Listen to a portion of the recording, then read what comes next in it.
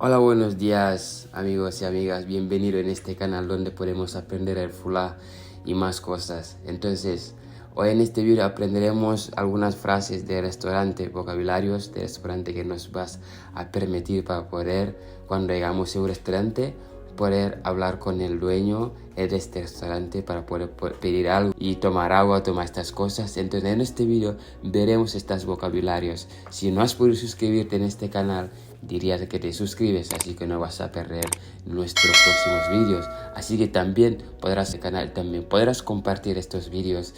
Así que pasamos al vídeo a ver cuáles son estas frases de vocabulario del restaurante que hemos traído hoy. Mi dovela, tengo hambre,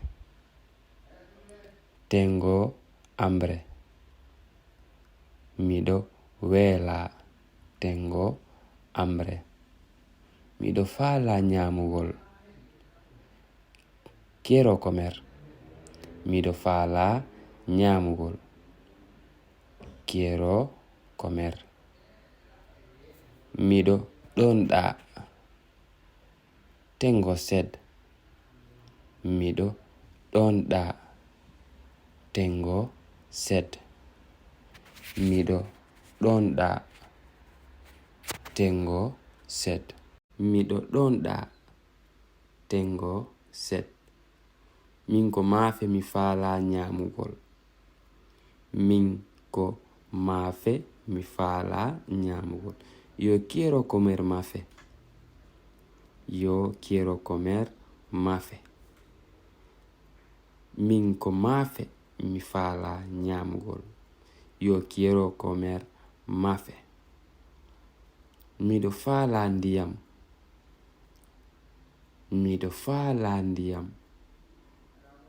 Yo necesito agua. Yo necesito agua. Yo necesito agua. O restaurant no waawi defugol. O restaurant no waawi defugol. O restaurant no waawi defugol. Este restaurante sabe cocinar. Este restaurante sabe cocinar. Este restaurante sabe cocinar. Hiɓe waawi defugol. Saben cocinar. Hiɓe waawi defugol. Saben cocinar. Hiɓe waawi defugol. Saben cocinar. Mi haari. Estoy lleno. Estoy lleno. On jaaraama. Mi weltike.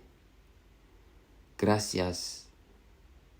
Estoy contento. On jaaraama. Mi weltike. Gracias. Estoy contento. On jaaraama. Mi weltike. Gracias. Estoy contento.